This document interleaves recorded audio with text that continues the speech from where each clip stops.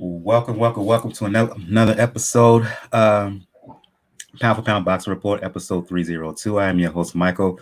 Joining me this week, Gayle from Communities Digital News, Daniel from the Inscriber. What's going on, lady and gent?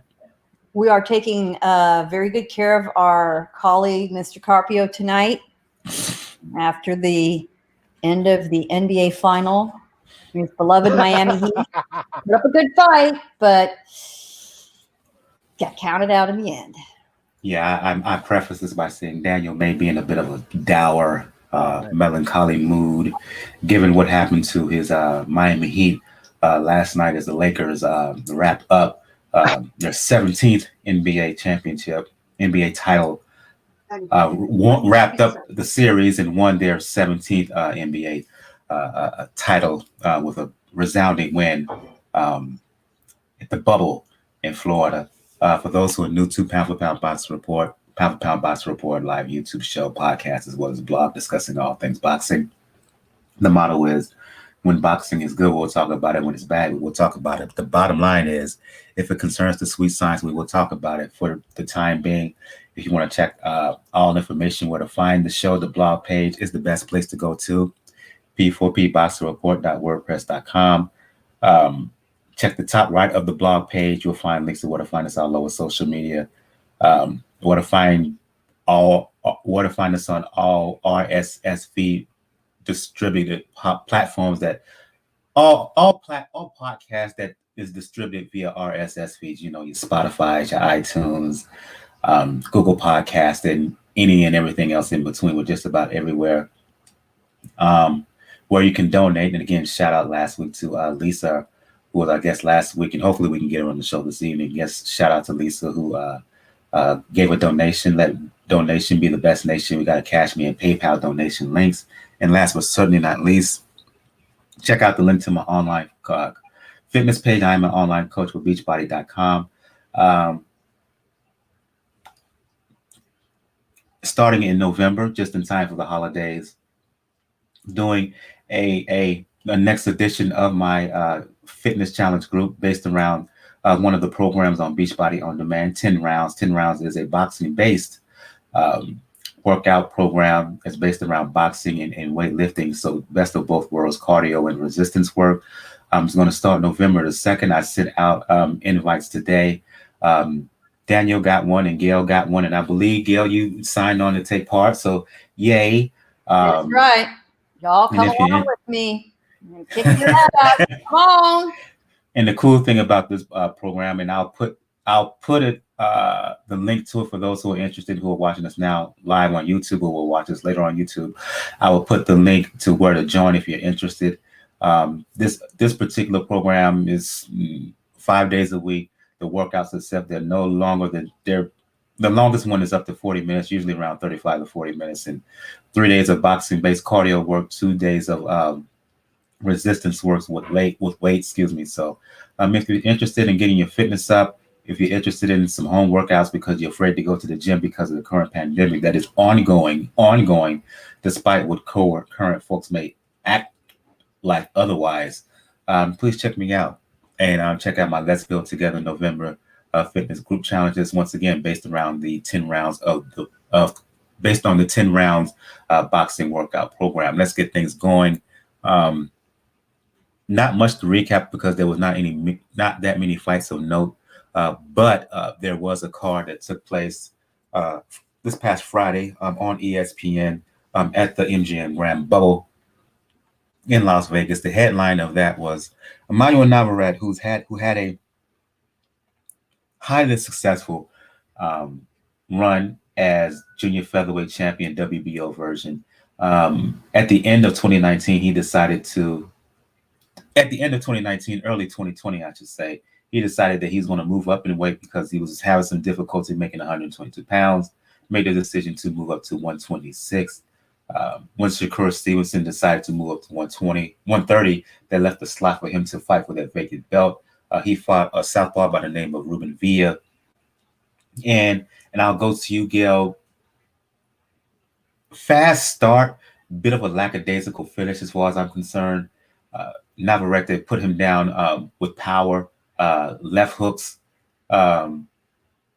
and it looked like he was on the verge to getting a possible stoppage mid rounds, but I don't know. It's just like the last third of the fight, Gayle. He seemed to fight in cruise control, take the pedal off the metal for a bit. And the thing about Villa, I didn't think he was winning the fight, but he was competitive. And the scorecards, 114, 112, 114, 112, 115, 111. And to me, if you look on the scorecards, excuse me, if you look on the scorecards, Navarrete needed that last round in order to secure the fight. Your observation of what you saw from Navarrete, and on your personal scorecard, do you think your scores as close as the judges? Me, I thought Navarrete won by a wider margin, but again, if you look at the judges, it was a close fight. I agreed with Patricia Morris Jarman, who was the 115, 111 card. I saw it that way. Now, let's be clear. This was a majority decision. One of the cards was 114, 112 for Navarrete, but that other card was 114, 112 for Villa. So the knockdowns, the two early knockdowns ended up being the difference in the fight, in large part for Navarrete. And it was disappointing. I grant that a guy who is as active as he is, he's fought he's at some crazy number, like 16 or 17 fights in the last 2 years and a couple of months. He's in the ring every 3 months like clockwork. And I could not admire him more for that. He took a stay busy fight a few months ago in Mexico. He just, he crushed it. He's going to have a stale performance once in a while when he fights this often. And let's hope Friday night was it. He just seemed off. I'm like you. I figured once he dropped Villa early, he was going to close the show, get his business done in a few rounds like he has recently, and get out of there. But credit to Villa. He stood in there. He didn't want that O to go so easily. That's very motivating to any young fighter. Villa's big problem is that he lacks power. And it's really the only thing he lacks. He's very skilled. He's terrific judging his distance. He chooses great punches. His accuracy is fine. If he had even a smidgen more power, I think Navarrete would have been in trouble. So Villa gets dropped early, and Navarrete rolls up a couple more rounds, and clearly he's thinking, I got this. How many fighters have we seen it get way too close or even lose because they took their foot off the gas?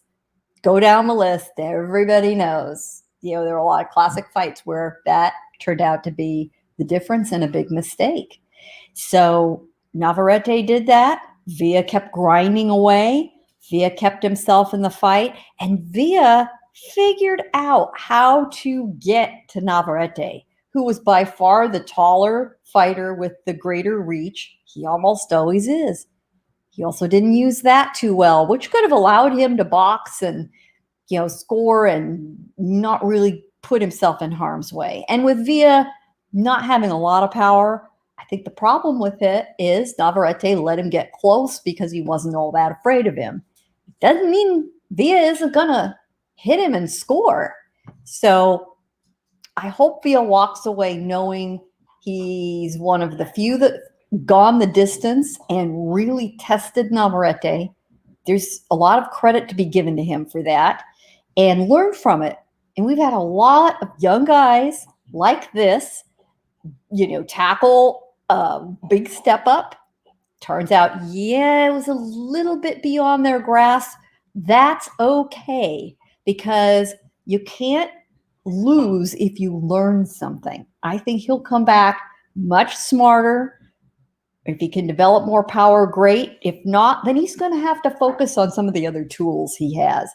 Navarrete, admitted after the fight, I didn't do that great. I was a lot closer than I thought it would be. He gave a lot of credit to Villa, which was a decent thing for him to do. And let's just hope it was just one of those nights. Every fighter, no matter how good they are, have them. And if you fight more often, you're going to be more likely to run into those nights. If his next fight is like this, he needs to do some serious assessment. I'll go to you, Daniel. Your observation, your thoughts on what went down. Um, Afterwards, he talked to.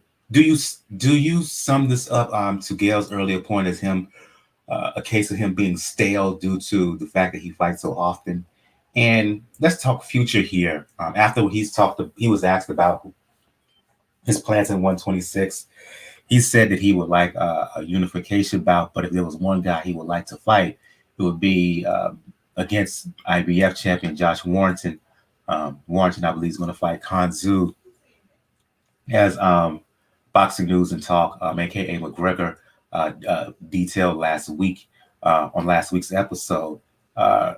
So, thoughts on the fight, Daniel? Your assessment on Navarrete, and thoughts on how the guy that we saw this past weekend or this past Friday, how would he compare with the top dogs at 126 pounds?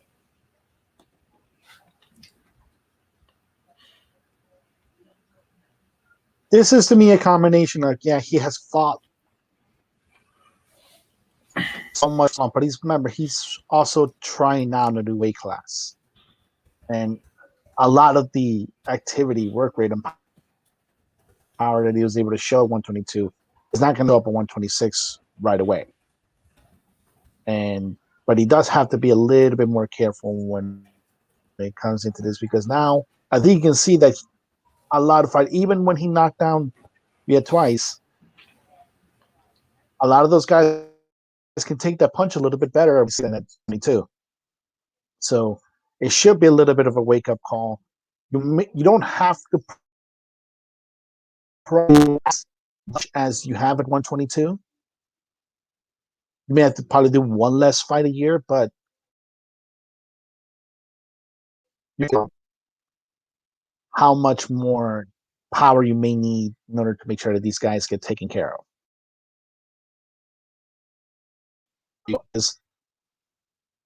Those two knockdowns are probably the only thing that probably saved him from even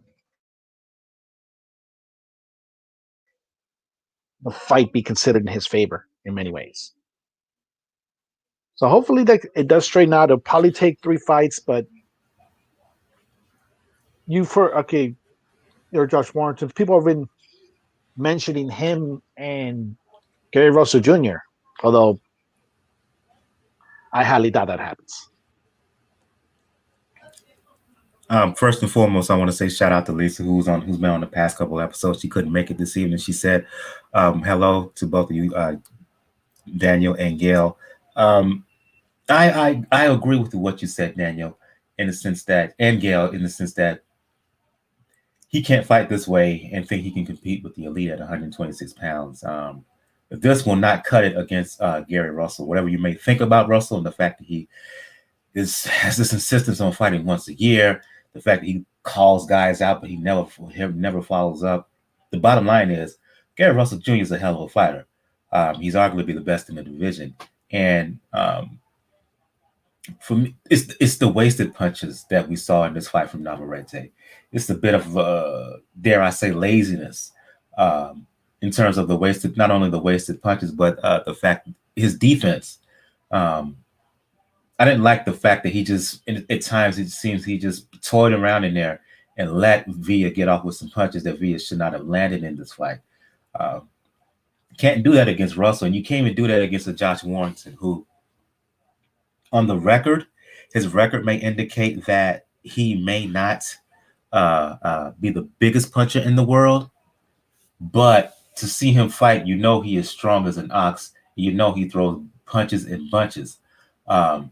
And he's fairly accurate.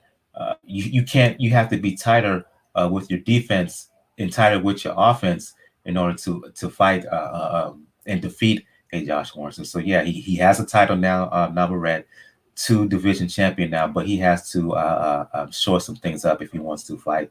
If he's thinking about unification moving forward. Let's move on to another fight on the undercard, and I'm going to rely on you, Gayle. Help me out with this guy's name, Janibek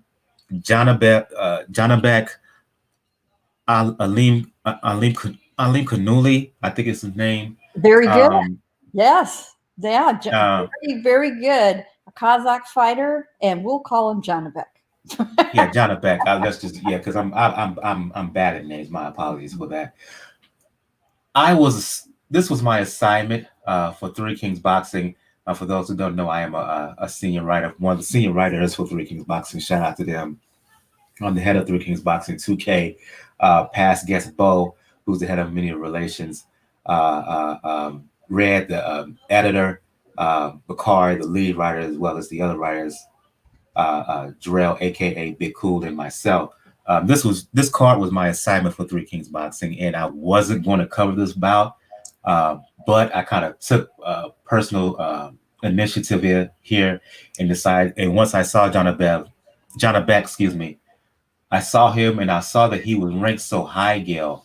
Already, he only had 8 fights coming into the contest, 8-0, 4 KOs. But he was already ranked 9th by the BC, 4 by the BO at 160 pounds. And he fought, can't remember the name of the opponent, but his name escapes me. But he scored the bottom line is he scored a 2nd round knockout. And I see why his handlers, he's being managed by Igis Klimov, trained by Buddy McGirt. I see why they have him on the fast track. Mature beyond his professional experience, vast amateur pedigree, fought in the vast amateur pedigree, and to see him fight, okay, there's a lot there to work with. I was very impressed by what I saw, given the fact that he fights out of Oxnard. Not only give your assessment on his performance, but given the fact that you're in Southern California, you cover a lot of Southern California fighters, give some insight, not only for myself, but for other followers and watchers of Pound for Pound Box Report. If you have any insight on Janibek, please offer them here. Janibek's 27-year-old. His moniker is Kazakh style. So that tells you a little bit about where his head's at. Obviously, all of those guys, especially someone at middleweight, their idol is going to be Golovkin. He shares some traits with him: the work ethic, the background, obviously. The amateur experience is excellent. He was in the Rio Olympics, barely missed going to a medal round. He ended up with a bronze medal level. And Beck the Bully, Beck was, remember the Olympic weight divisions are a little different. So that's at 165 pounds. So it was Beck the Bully that beat him out, and a Cuban fighter who went on to the pro ranks. And, these guys, this is their job, and they work hard at it. Now, he's not normally completely a powerhouse. He's got a mere 55% knockout ratio with 5 knockouts in 9 fights. Well, based on his performance that we just saw, that could be changing, apparently. This was a vicious knockout of an opponent from Argentina, Gonzalo Correa. It went just about 2 rounds. He put him down at the very end of the 2nd round. One of those face down knockouts. I mean, you just know when a guy, my personal rule is a guy goes down face down, he ain't getting up. 9 times out of 10, they are done. And it was the first knockout loss for Correa, whose record was 16-3 before coming in. he didn't have a lot of power. So Janibek obviously, assessed him in the first round, decided to finish him off in the second round, knocking him out. He benefits, and all of these young Eastern European fighters benefit so much from being in these camps together with other like-minded young fighters, excellent trainers, and then seeing the senior members, of the posse. If you're up in Oxnard, obviously you're watching Vasiliy Lomachenko, Alexander Usyk, and before he left the gym and retired, suddenly Alexander Vostok. What great role models. These guys just, they, as Agus Klimas, who's the manager for most of them, says, they don't have a whole lot of vices.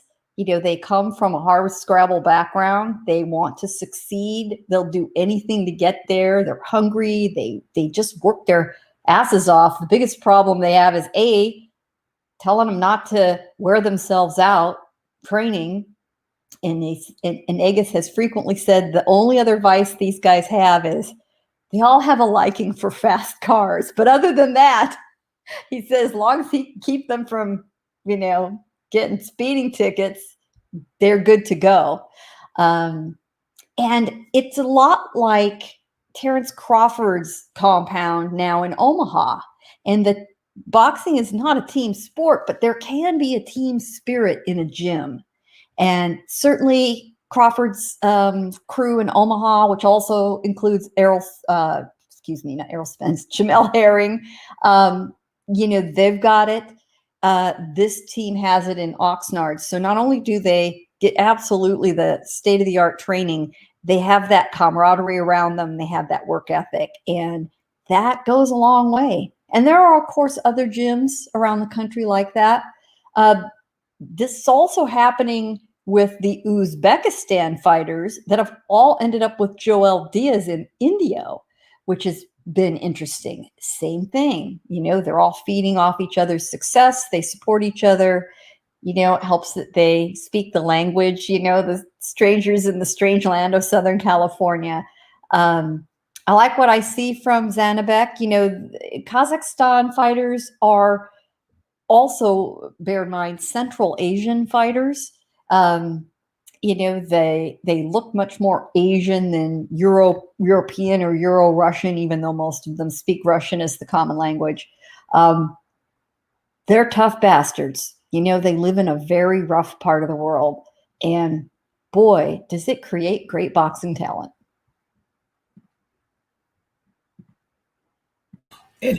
Indeed. You saw it back in the day with the likes of Yuri Arbachikov, who's from that part of the former Soviet Union closer to Asia. You also see it right now with Dmitry Bivol, who has a belt at 175 pounds. I'll go to you, Daniel. He as Gayle mentioned, defeated Gonzalo Correa. First round, he put him down with a beautiful counter left hook, and then the way he ended the fight with another left hand that literally had this dude's eyes rolling in the back of his head as he was going down to the canvas. Devastating shot. I mentioned they're on the fast track. His team is on the fast track of putting him in there for a title shot. They're already talking about him fighting the likes of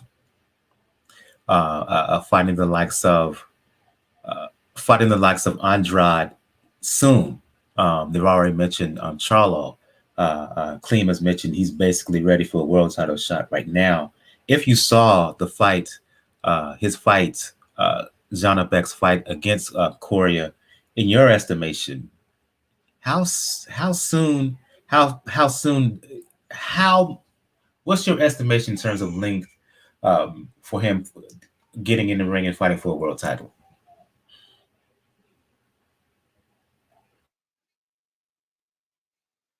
I did not see the entire fight. I saw the highlights, and he was very impressive. You can tell the influence of Golovkin in the style that he fights.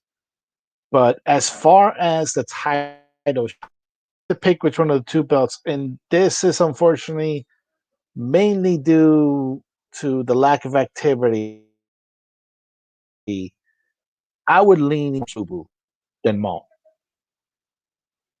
because unfortunately the ring rust is going to catch up to Bubu at some point.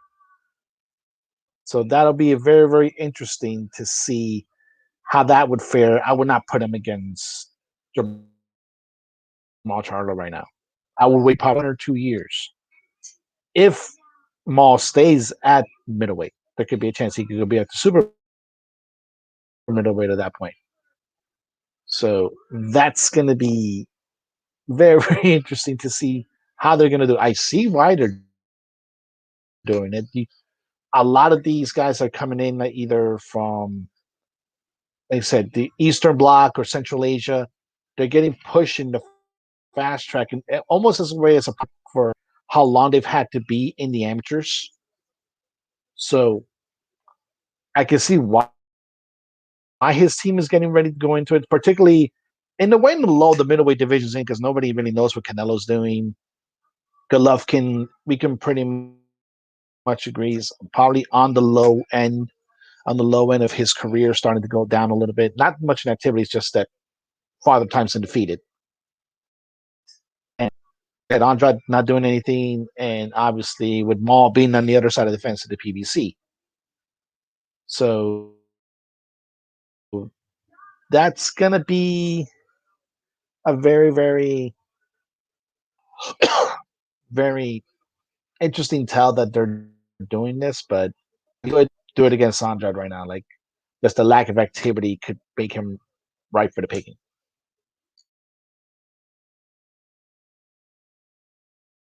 I would still give, if I was his handlers, I would push the talk of him being ready for 100, being ready for the big dogs at 160, but I wouldn't put him in the ring there with him yet. What I would do is give him some more exposure.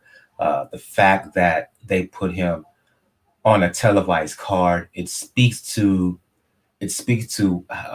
what they think about him and his potential. I would just continue to build the brand. I'll continue to let him get seasoned. Um, just because he may be ready for a world title shot, that don't mean you put him in there right now. It's one thing to be ready, or think he's ready for a world title shot, but the goal is to win. The goal is to become a world champion, and you want to develop him as much as you can before you put him in there, and that means more fights. And if they want to put him in there with the chance right now, Daniel, I would agree with you, and I would say Andrade at this point because of the lack of activity on his part. And Maul is a big, strong dude at 160 pounds, and no matter what you think of him, yeah, he's a tough guy. He would be a tougher out, just from a physical standpoint. He's basically, in my opinion, 168 pounder fighting at 100, who can make 160. But yeah, it was a impressive outing, and at the very least, the way he performed and the way he knocked him out, it would leave fans wanting to see him more.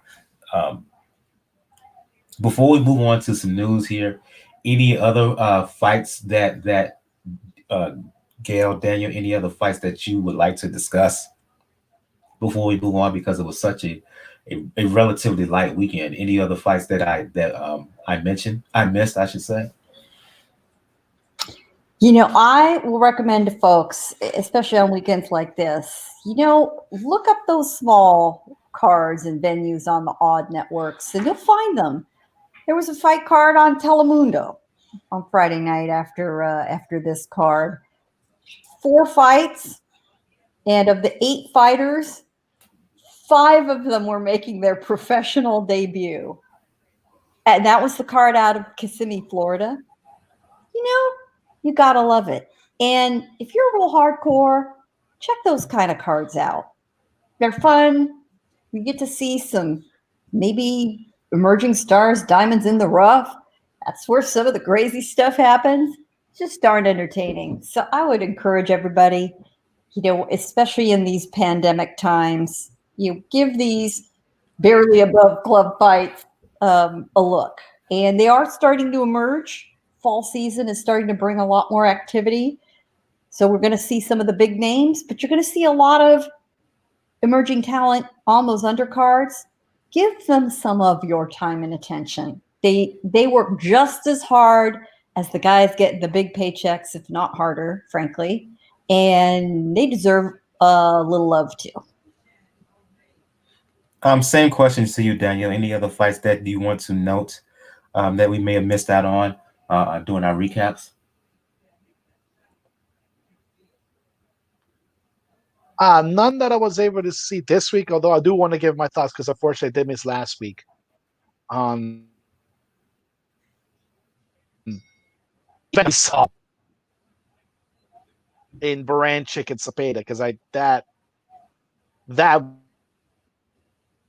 was a makeup call that the boxing god gave us for this pandemic. That fight had everything: quick knockdowns, recovery. It had some things of the best things in the sport, but also had some in the sport, particularly with the way they went around trying to make sure that Baranchik was okay. They should have done a much better job. Make sure that he was okay after he got knocked down like that. Other than that, yeah, it was light work. Like you mentioned in the beginning, it was a birthday weekend, and so.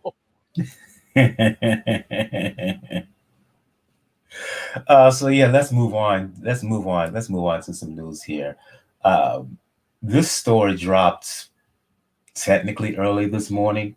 I was able to catch it 3 o'clock. This episode is being recorded on October 12th. Late Sunday night, early Monday morning, around 3 o'clock in the morning my time, I saw a story pop up on this from The Athletic. There's been a lot of talk about Fury Wilder 3. The fight has been pushed back.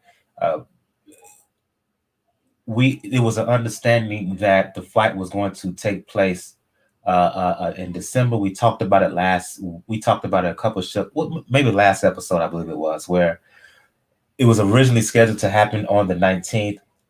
That date was canceled because of college football and NFL football and whatnot, which we found kind of strange. It was talk about moving it up to the 5th. Well, Tyson Fury, in an exclusive interview with The Athletic, basically said he's going to forego a third fight with Wilder. The reason he gave was because Wilder's camp gave no set in stone date. According to Wilder and his team, Fury and his team, Fury said that they're going to he's going to forego a fight against Wilder. He said that they're going to forego it because they couldn't get a date settled. They felt that Wilder's camp was kind of messing around with the date. There was apparently a deadline to make the fight in December. The deadline was this past Friday. It has passed, and because of that, Fury has decided that he is going to move on. I wrote about this for 3 Kings Boxing. You can find it on 3kingsboxing.com. According to Fury, the plan is to now set up a date and a fight in December the 5th, I believe, on home turf in England against an opponent to be determined. I'm going to you first on this one, Daniel. How much validity do you give to what Fury had to say to The Athletic? Do you think that the fight with Wilder is not going to happen? It's off for the time being? Or is this kind of like a negotiating ploy on his part?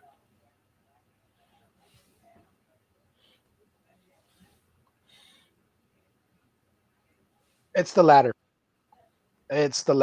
Because, first of all, the main problem is if you try to make this move, considering the way things are going, things are shaping up, Mr. Fury will wind up before a U.S. court because there will be a lawsuit involved. And also tie up not only Fury for the time being, but also this supposed agreement that you have with Anthony Joshua for fights in 2021, which, to me, honestly, that agreement is probably not worth the toilet paper it's written on. The main thing is totally, do they Why I want to gotta be have this told? Why I fight gotta in be the toilet US, paper or though, do you want Daniel? that? Well, I would have said banana leaf, but banana leaf actually serves a purpose. It's used to make tamales, so it's worth the purpose. But to me, to, to me, this is just a ploy to see, okay, where are you going to have this fight? It sounds to me more like Fury is trying to force the hand into having the fight be in the UK rather be in the US. But the we keep saying this to this fight, and one reason why I feel like it should be pushed back to 2021, at least a little bit, is this is one of the few fights where you need a crowd.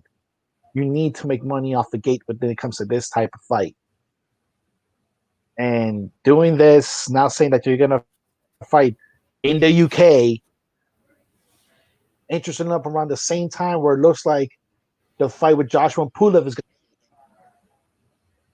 to be probably just smoke and mirrors. They know they pretty much, if they try to make a move with this against Wilder, they'll want, and then that'll just muddy things up even further. I'll go to you, Gayle. Do you share Daniel's cynicism here?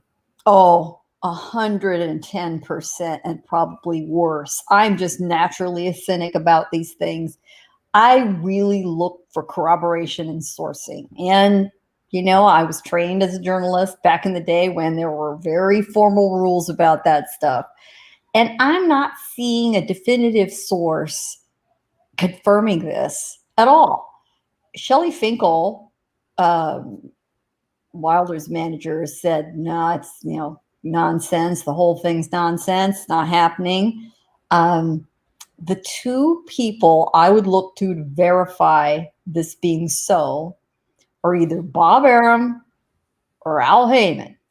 That's it. Neither of them have weighed in. So I think we take it with a grain of salt. But credit to Tyson Fury. We are once again talking about him without a fight date in ink. And Daniel's right. This is one of those fights that really, really needs a gate. It's October 12th. How much? I don't think we're going to wait that much longer until they're able to get at least some fans into a venue. And if the stadium model works, which we're going to see here in a few weeks at the Alamo Dome, that's very doable. You have the brand new Allegiant Stadium in Las Vegas. You've got Wembley and several other choices in the UK. It's really difficult to think to yourself, oh, we can stage this fight without that $17 million gate we earned the last time. Who in their right mind wouldn't want to invest a little more time waiting for that possibility? And another factor, which all of us should now reflect on and think about. Don't get me wrong. I so appreciate these fights done in the bubble, in the Showtime sphere. You know, it's all been great. I am very grateful to have boxing back in these venues with or without fans. But as absolutely spectacular as the Zepeda Branchek fight was, can you imagine what that would have been like with fans ringside? Oh my God. It would have been crazy. I mean, thank God we had Bernardo Osuna and Timothy Bradley completely losing their shit over it. But imagine a Salido Vargas type audience. And I was in that audience, and that was half the fight. Those guys fought like that with no fans encouraging them. Can you imagine the insanity of having 4, 5, 10,000 people around them? Wow. we can't do without that forever. We just can't. And it seems that the fan logjam is starting to break a little bit. If it can be done safely, realistically, everybody makes money, we get some fans in there. I'm really all for waiting. If Fury just can't wait for that fight, I understand it. It doesn't mean that fight never happens if he takes another fight. Truly the one, it does. I think there, in a way, this could benefit Wilder. We all said after his loss, why would you want to take this rematch again so fast? Of course, we didn't know that there'd be a shutdown in between. But this would, if true, and I'm not saying I believe it is, there's a lot more that has to be proven to me. If it is true, assuming it is true, Wilder gets that opportunity to get back in the ring and feel his way through where he's at, where his conditioning is at. If he's working, he is going to be working with somewhat of a new training arrangement. He still has JD's, but we all know Mark Breland has been shown the door. So, in the end, the one that might benefit most is Deontay Wilder. We'll see.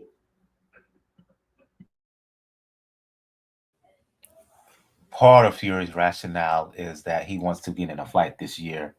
Apparently, he's been we all seen him on Instagram and Twitter, whatnot, working out. He's been doing that training since at least February, and he just basically wants to get the shit out of his system, and he wants to fight. About his training and no fight, it can be frustrating.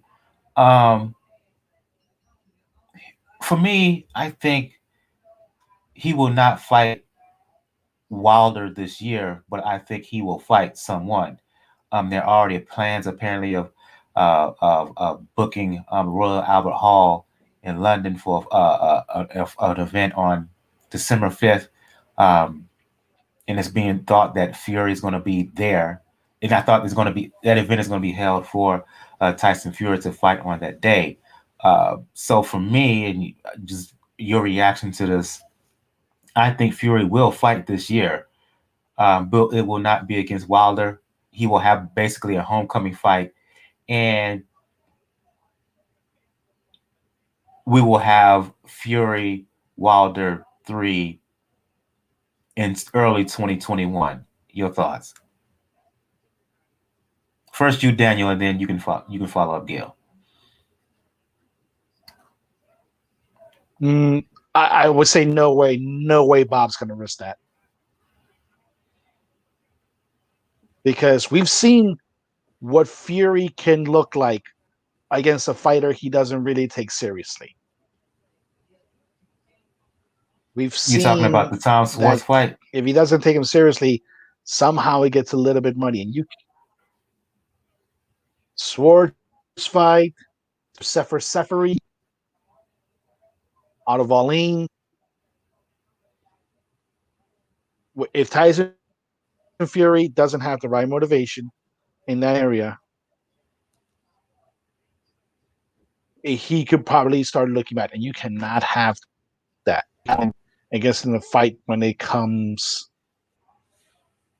to fighting Wilder again, because like Gayle mentioned before, the main beneficiary of everything that's happened, when as far as the time that this has been happening,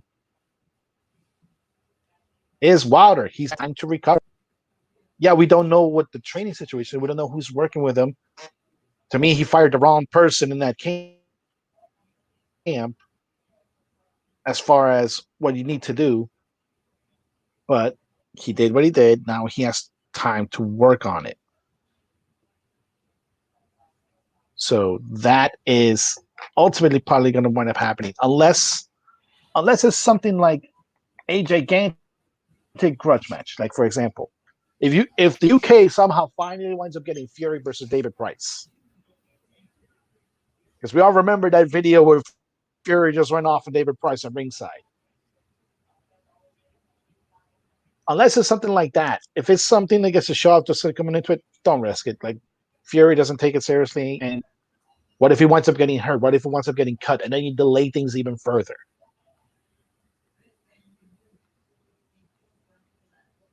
What say you, Gayle, to my theory that Fury will fight this year, but it will not be against Wilder? It'll basically be another, fight to set up a fight against Wilder and save early 2021. You know what? One thing we have to consider with Tyson Fury is that being active, training essentially year-round with breaks, having fights to look forward to, is a mental health issue with him that preserves his still fragile mental health. He's been very open about his demons and his challenges, and boxing keeps them at bay. So I wouldn't be surprised if what this is also about is just him feeling jittery, feeling those demons, beckoning him as he's not got a fight to focus on. And if that's also part of the reason, I get it, and I'm all for that. But Daniel, you're right. He took these tune-up fights, didn't take them seriously. Otto Wallin, Tom Schwartz, we all thought, yeah, right, this is going to be walkover kind of territory. Both of them acquitted themselves very well. Both of them, played a lot of boxing fans for the fool, and Tyson Fury too, when they performed so well. Otto Wallin is now a fighter people actually look forward to seeing. So Fury needs to take on somebody that will really get him at least feeling challenged. And I do think because he's been through those two fights, he's not going to make that mistake again. Because you might think Tyson Fury is crazy, but he's crazy smart too. So I think he's learned his lesson. And, that sort of a fight, I'm perfectly okay with that. I look forward to seeing him. And maybe he does it as a little bit of a homecoming fight in the UK, because he has fought here in the United States now for quite a few fights in a row. So that would make sense to me. But it doesn't mean that third fight with Wilder's completely off the table. So let's say Fury does ink this sort of a fight. I think then Deontay Wilder needs to get in the ring also and shake off whatever problems he's got and see where he stands. And I completely agree with you, Michael. He fired the wrong guy. But when a fighter loses trust in their team, there's just nothing you can do to repair that. When it's gone, it's gone. And, if Wilder doesn't trust Breland, better for them to part ways. Although Mark Breland did nothing wrong. He is not the bad guy here at all. And I wish him well. And some future champions would be very smart to put themselves in his hands.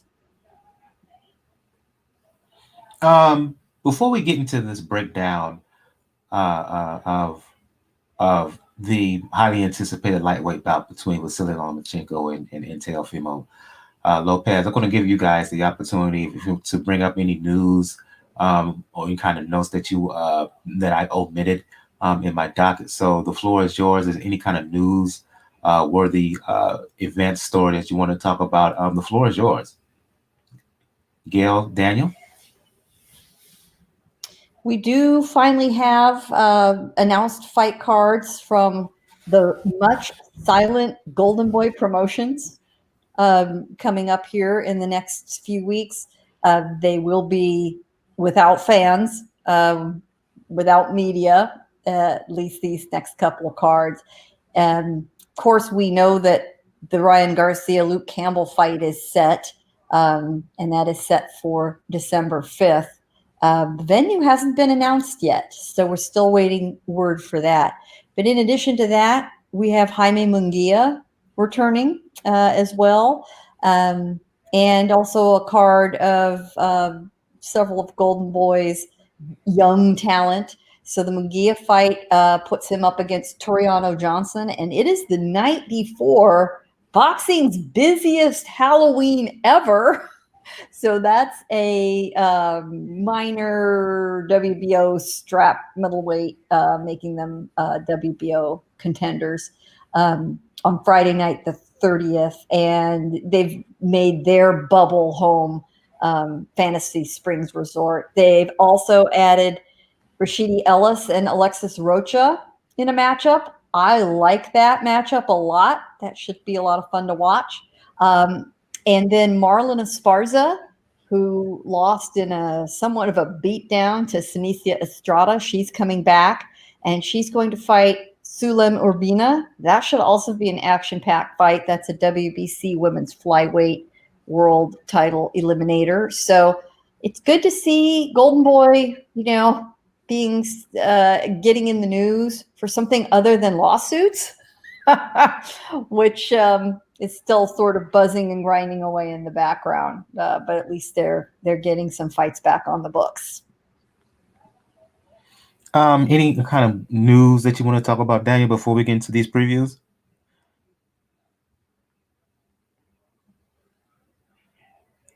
Or I said nothing major. Like I said, it looks like I said, it looks like December 5th. Like that's what I was gonna say. Like, it looks like December 5th. It's also gonna be probably the day. December 5th or December 12th is where we're looking like it's gonna be. You see, Joshua Pulev. We have that going into it. See, I think I saw something else here. Before I look into it, let me see here.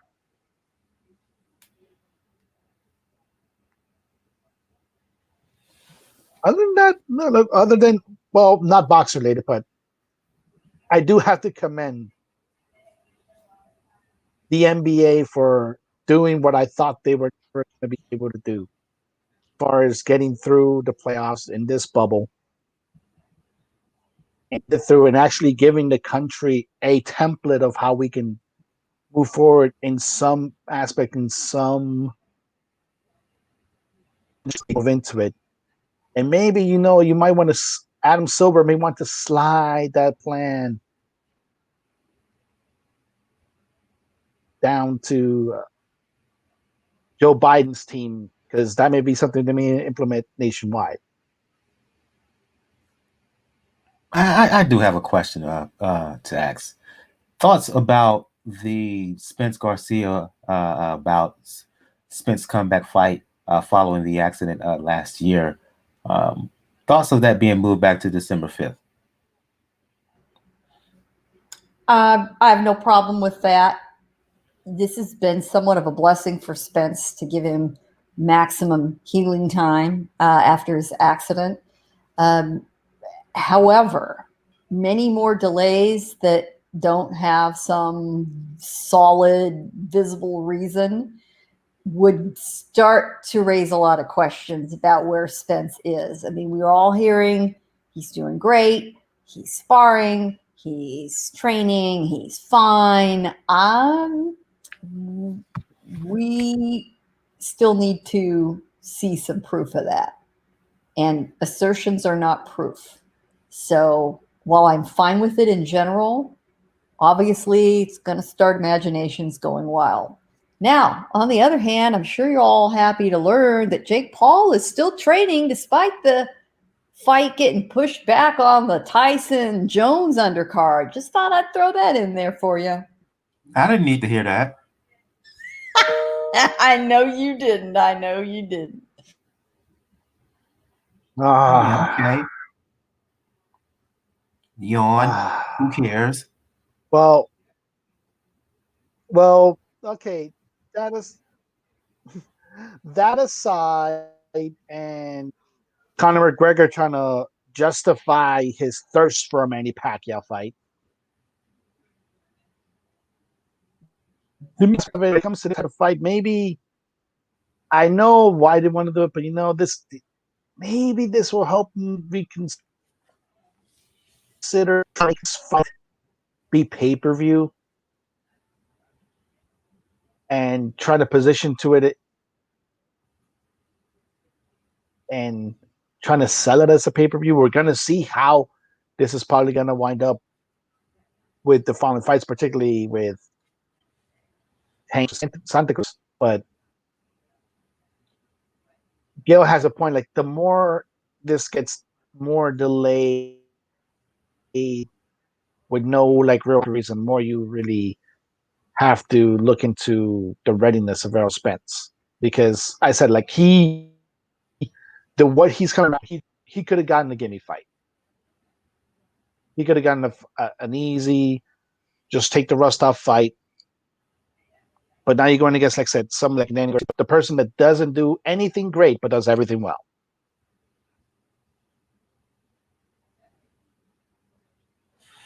Okay, so let's move on to get into this preview here. We all know what the fight is going to be, the big fight of this weekend. Unification bout between Lomachenko and Lopez. Lomachenko has the WBO, WBA version of the 135-pound of the lightweight title, world lightweight title, while Lopez has the IBF world title. Lot of talk back and forth, particularly from Lopez and his dad. You would think Lopez Gayle would show Lomachenko more respect, but he's not.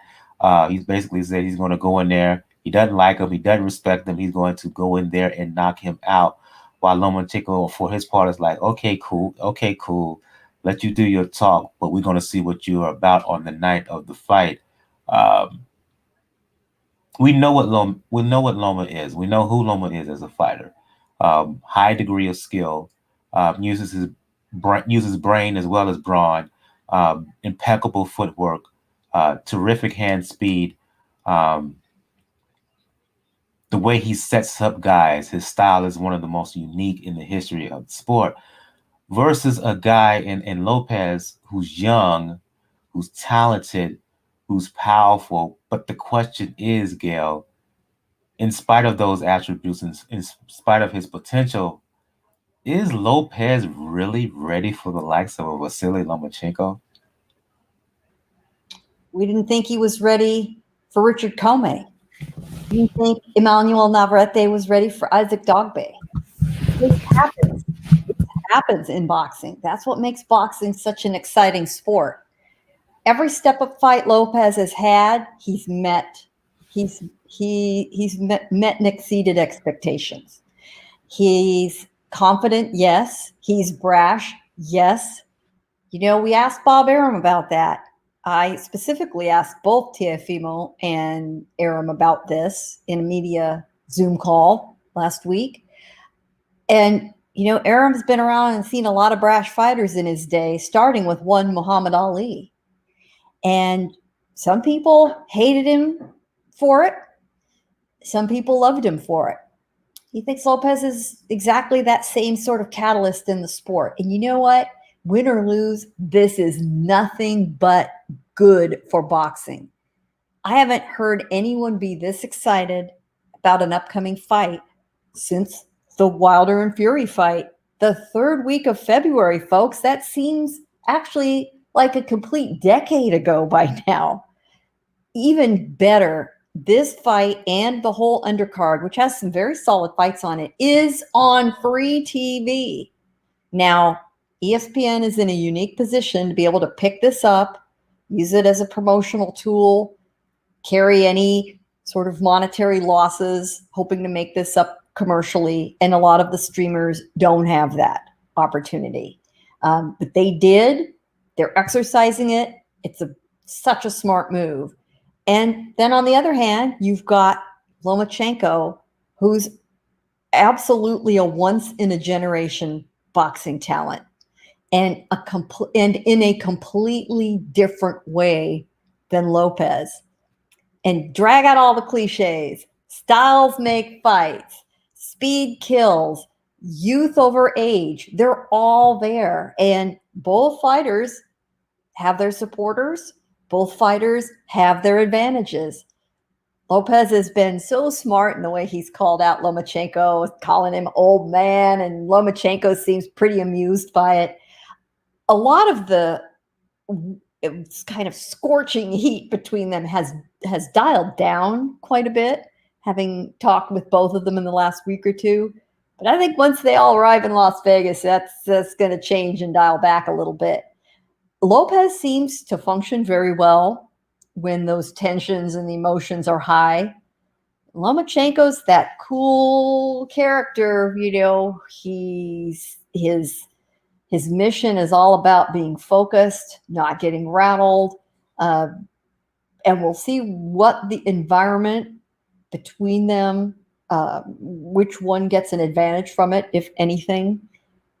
It's truly a pick'em fight too, which is terrific. And no matter which side of the outcome you're on, you can make a solid case either way.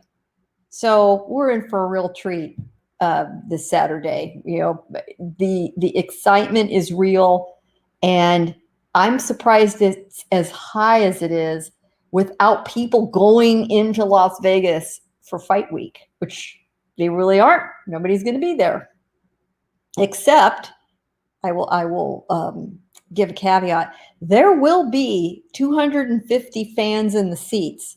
Bob Arum and Top Rank are inviting local Las Vegas area first responders, firefighters, paramedics, doctors, nurses, to come and enjoy the fight. Presumably, these are all people who've been tested and are pretty safe. I think that's a terrific gesture and will make for a little more interesting atmosphere. Great idea. In the history of the sport, man, you have cases where you have young fighters who are full of vigor, who are full of talent, who get the opportunity to fight the established grizzled vet. In a lot of cases, it goes either two ways. One, they show themselves to be the genuine article, or they talk themselves into they talk themselves into not just losing, but getting beat up in the process. When you look at film and you look at tape of these guys, is this a case of the young upstart who's going to prove himself to be that special dude? Or is Lopez cruising for a bruising here against the likes of Lomachenko, who for sure will be highly motivated come the night of the fight?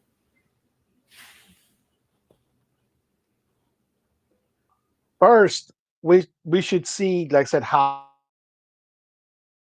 much emphasis, because the preference is going to be on ESPN prime time for fight week on Wednesday, 8:00. Because actually, you can probably even see it now, like on your DVR screens, if you try to go into it. This is a very interesting case because Gayle mentioned two very interesting cases of fighters that you didn't think would be ready for their opponents. But to me, that was the key difference between those when it came to Dogbe and Comey, were Dogbe and Comey were mainly punchers that going into it. Loma's mainly is a technician, which makes things a little bit different. But here is where everything falls probably into place for Lopez. The fact that the people that Loma has fought at lightweight, he has not really fought them in their prime. Like he didn't fight Linares in his prime, obviously, and Linares was able to knock him down. Now you're facing a young kid who is confident, is a natural lightweight, and probably will be able to grow the division, grow into 140, and then eventually probably welterweight or junior middleweight.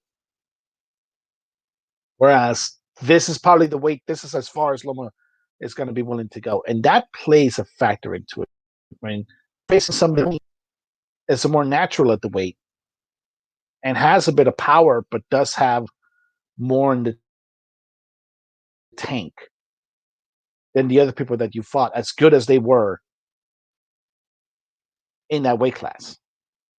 So that's the part just probably telling when it comes to Loma. But as much as Lopez wants to talk about Loma being an old man, they know how to do men, and they don't have to do it with power a lot of times. It has to be with attributes, with timing, precision, accuracy. All areas which Lomachenko easily excels at. Basically, take the power of a kid who is still in many ways growing into his power. So it's going to be very telling with how it's going to be listed, how much Lopez is going to try to amp himself up, because Loma's not going to talk shit. His father might talk shit, but Loma's not going to talk shit into it. It's going to be cool. Cool as a cucumber. Anatoly doesn't talk shit. But I'll tell you who will talk shit. If I'm a betting man, I'm going to get Lopez. Oh, Lopez's father will certainly talk shit. He's exactly somebody that can't be. You know why Teofimo's good at it. He had a world-class tutor. Yeah, I don't think. Like when you have a Honduran kid that grew up in Brooklyn. Yeah. I mean, you could hardly not be that way, right? But Lopez, he isn't like that all the time. He does have, even at his age, a little more maturity. When he wants to have a serious conversation, he's absolutely capable of it. The other night, he did. So, when it's fun for him in the ring, when he's enjoying himself, yeah, sure.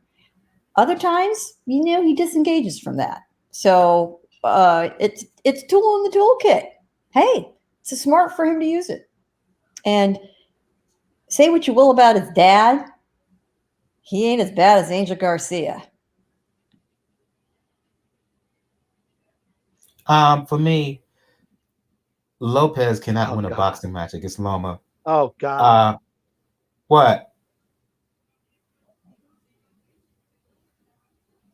What happened, Daniel?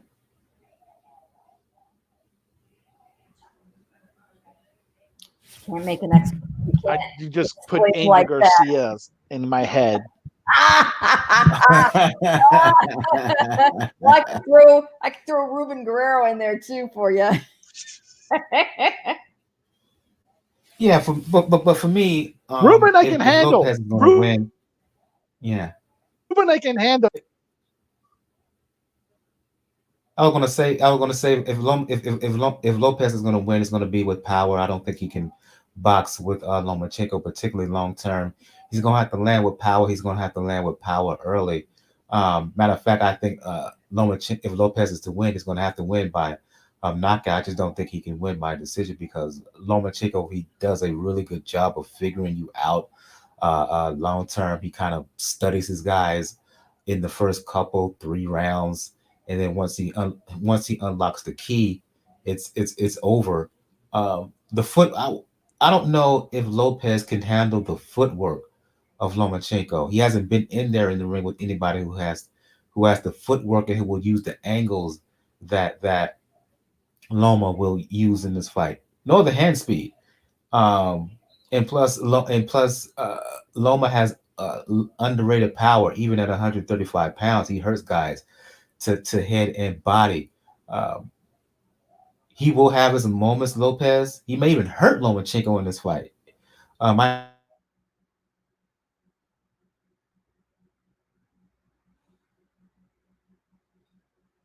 And we lost our host. He'll pop right back in. I'm gonna jump in there. I agree 100% with Michael's assessment. I admire Lopez for taking this fight. He's ambitious. Why not? A loss in a good performance will not hurt him one bit. Not a bit. kind of went. I went kind of out there. Yeah, we lost you. I'm responding by saying, Michael, I agree 100% with you. A loss in a spirited performance is not going to hurt Lopez at all, and will be a tremendous learning experience and advantage for him moving forward. This fight reminds me a lot, in its own way, of the buildup before the fight between Lomachenko and Nicholas Walters. And we all thought Walters is going to, crush Lomachenko. And we all saw how that turned out. That was a stunner. I don't think Lopez will be taken down like that. I'm not saying that.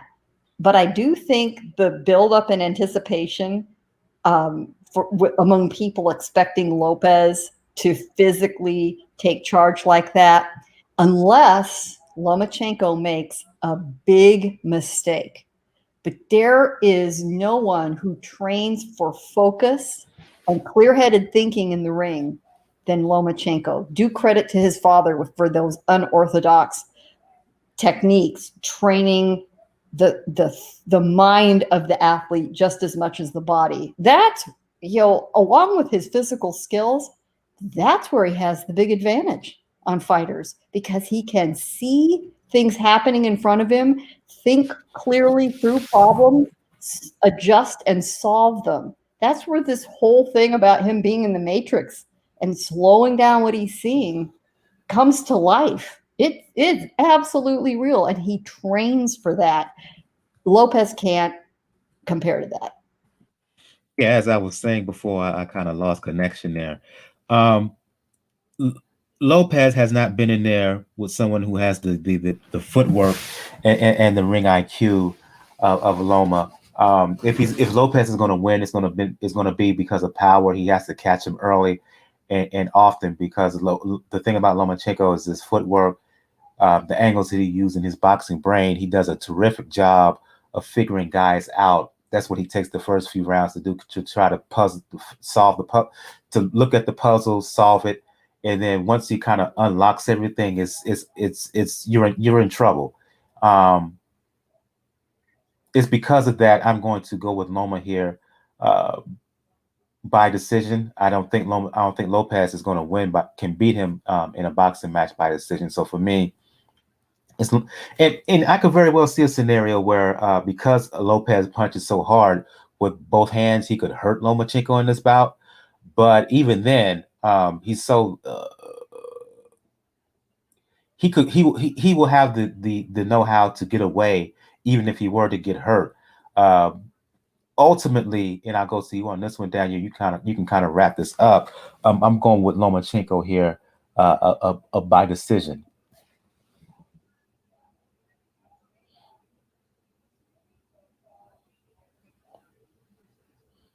Well, I'm going to be the cavalier one and saying I'm thinking probably more along the lines of an upset special here.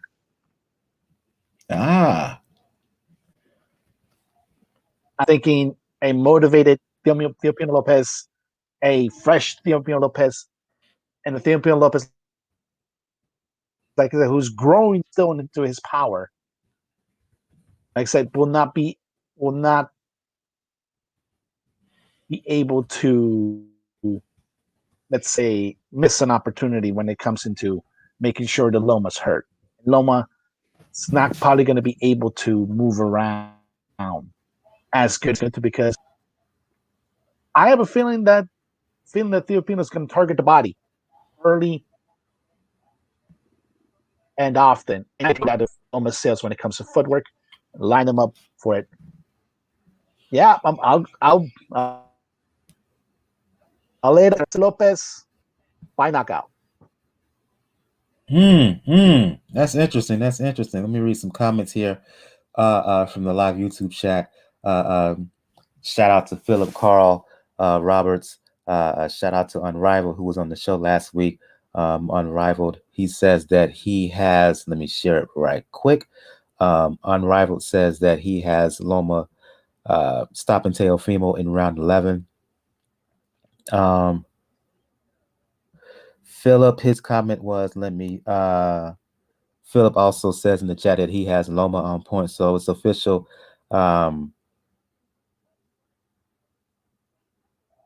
Who else is on here?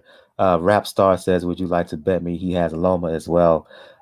So yeah, the comments are coming hard and heavy here as we begin to close things out. So for the record, I have Lomachenko by decision.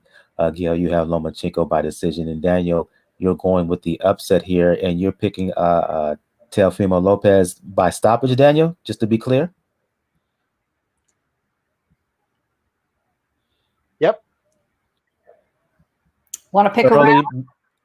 Early, mid, late, or are you going to a specific round? If I got to pick a round, I would say round 9. Okay. Well, we will find out before the next show. Indeed, and no problem, Philip. No problem in the chat. Glad to provide service here. He says, Rapstar also says that he's willing to put some money on it. He's willing to put some money on it. I'm not gonna sing some. I'm not gonna do that. I don't bet, not publicly like that. So, but I see you got Loma. Put right quick before we begin the shutdown thing, Rapstar. You got him early. You said you have Loma in the chat. Do you have him early, late? Put some more comments right up here right quick. Philip says, what did he says here? Don't get me wrong, Lopez can bang.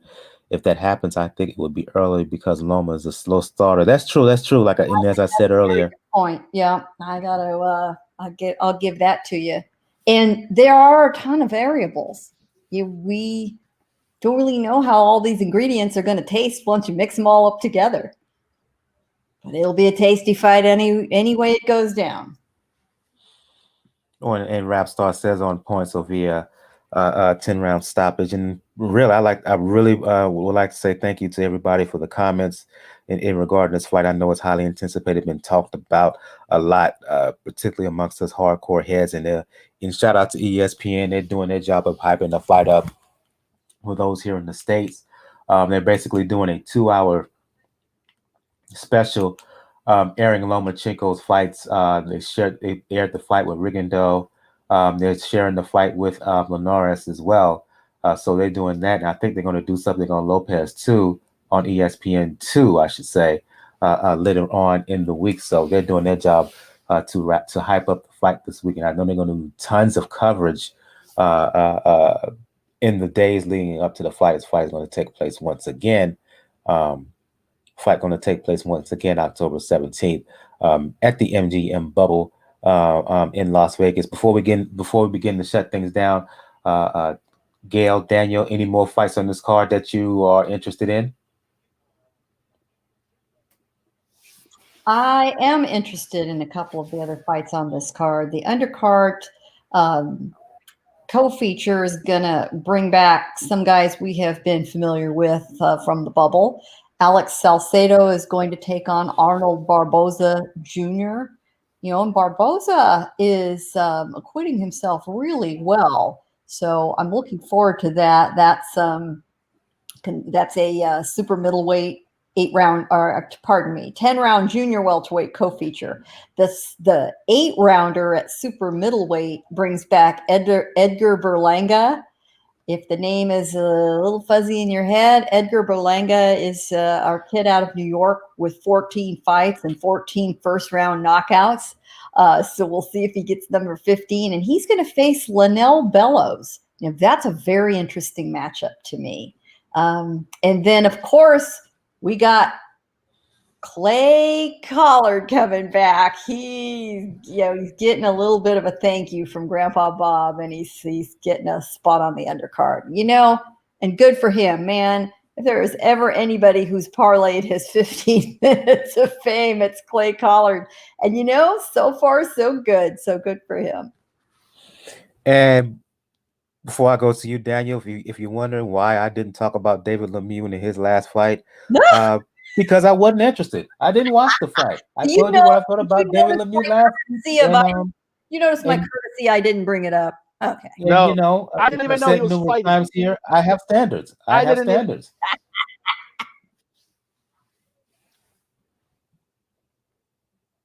I didn't know he was fighting. When like, wait a minute, he's still fighting. They're like, but hey, I'll say this: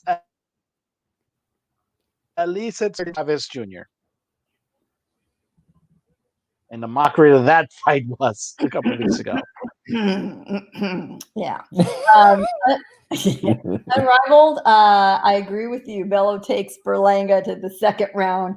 Inevitably Berlanga is going to make it to the second round. And I think at some point it'll release some of the pressure on him, which he's got to be feeling to keep up the streak. So I don't think that'd be a bad thing at all. And I think Bellows will give him a test. That'll be good fight for him. And Rival also said, and I didn't get your thoughts on the fight about Lisa. So before we begin to close things down, quickly jump in the chat and give your thoughts on Teofimo Lopez and Lomachenko. Unrivaled says in the chat, I think Teo's untested to the body, and Lomachenko's punch power is vastly underrated. He has dropped everyone at lightweight. That is true. So that's why, yeah. Even though Lomachenko was more of a 126, 130-pound guy, whether it's Linares with the body shot, Luke Campbell, his fights at lightweight, he has put guys on the deck. The other side of that, he's Linares put Lomachenko down, and in that fight against Luke Campbell stunned him on at least one occasion, stunned him pretty good. So it's kind of a tit for tat there. I don't see anything from Lisa right quick, so if we do, before we begin, as we're shutting the show down, I'll make note to put it in the chat. But until then, I want to go around the panel here. I always begin the show with ladies first. I end the show with ladies first. Gayle from Communities Digital News. For those who want to talk the sweet science, for those who want to talk media, because you do teach media on the side. For those who want to talk Dancing with the Stars. Or for those who want to talk TMZ, because you're pretty much a regular now on TMZ during at least once a week. Let the folks know where they can find you. What a crazy thing to have on your resume, right? TMZ. And it's 80s night on Dancing with the Stars, I'm just saying. But for the serious boxing followers, fans, knowledgeable folks out there who love the sweet science, my regular column, still an old-fashioned written column, not a YouTube channel, is at Communities Digital News, COM, C-O-M-M, Digi, D-I-G-I, News, comdiginews.com. And that's right, Philip, smash that like button out there. Indeed. For those who are checking us out live on YouTube, or will watch later on YouTube, watch this particular episode later on YouTube, please make sure to hit that like button and also hit that subscribe button. If you're checking us out on iTunes, Spotify, Google Podcasts, and whatever, please subscribe to us there as well. And I would love to hear a review from you on iTunes or Spotify. So please leave a review there. It really helps in terms of the algorithms on those particular platforms, and a 5-star review will get read during the show. I'll go to you, Daniel. Hopefully this particular episode's got you out of that bit of a funk, given what happened last night to your Miami Heat. But for those who want to talk the sweet science, for those who want to talk the Miami Heat, the NBA, especially when it comes to the Miami Heat, let the folks know where they can find you.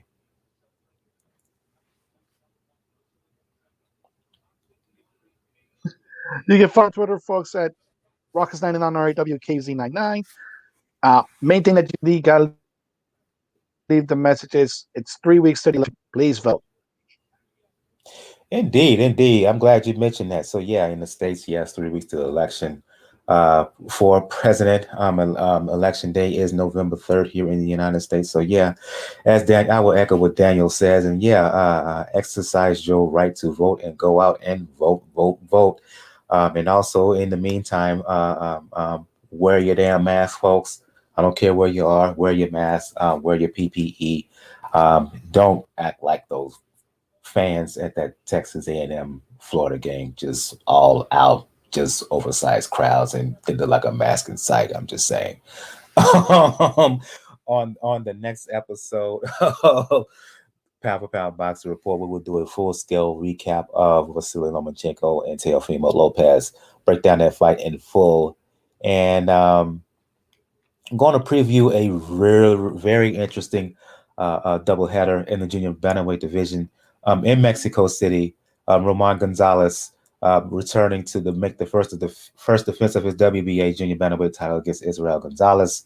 On that same card, Juan Francisco Estrada is going to fight Carlos Cuadras in a rematch. It's anticipated should Chocolatito and Gallo Estrada win, they will fight each other in 2021. That's going to be on the 23rd in Mexico City. On the 24th, I believe it's Sergey Lipinets. He's going to fight on the undercard of that bout. Regis Prograis going to fight on. It's strange that Rougarou is going to fight on the undercard of that bout, but it is what it is. So we will talk about that particular card. Unless it gets moved back, because the Lipinets fights was, correct me if I'm wrong, it was moved back previously. Hopefully it stays on the same October 24th date. And correct me if I'm wrong. If it is going to be on that date, Gayle, just correct me if I'm wrong. Lipinets fight is currently scheduled for the 24th. Had to be pushed back due to visa issues. Yes. By his opponent. However, Prograis is fighting on the Davis Santa Cruz undercard. Thank you for correcting me on that. Davis, he's going to be winner either way. Regis Prograis on an undercard. So, he's going to be. Yeah, thanks for correcting me. He's going to be on the right. He's going to be on the undercard of the Gervonta Davis Santa Cruz fight. So we will devote our coverage to our previews to the Lipinets fight. I'm not going to even try to attempt to pronounce the guy, his opponent, because I will butcher the name. I know that. So we will talk about all of those fights, particularly the doubleheader in Mexico City. If you're a fight fan in general, particularly if you're a observer of the smaller weight fighters, the doubleheader with Chocolatito fighting Israel Gonzalez and Gallo Estrada Cuadras rematch. You should be highly interested in that card. In that card. So yeah, I think that's going to be a DAZN card, I believe. So yeah, we will preview all those fights and plus a full-scale recap of Roman and Chocolatito. So, and I see Boxing New Broner wants, let me put this right here before I go to my spiel. Boxing Now says Broner wants progress. LOL. Yeah, that's my ultimate reaction to LOL. He don't want that. He's just talking that, and he just talking that because he can get a lot of money. Well, progress would beat Broner up at this point. I mean, it is what it is. Who can take Broner seriously at this point? Wait. Well, I'll say this, Mike. Are we sure that Broner is not confusing Prograis with an Italian dish?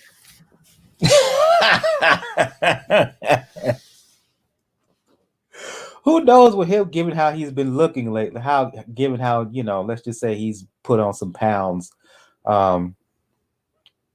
If you've seen recent photos of him, he's looking on some pounds. He looks like he hasn't skipped any meals at all. So that's what he says. I just don't believe it. For those who want to talk boxing, talk music, talk fitness, you know what it is on Twitter, Brother JR at Brother JR76.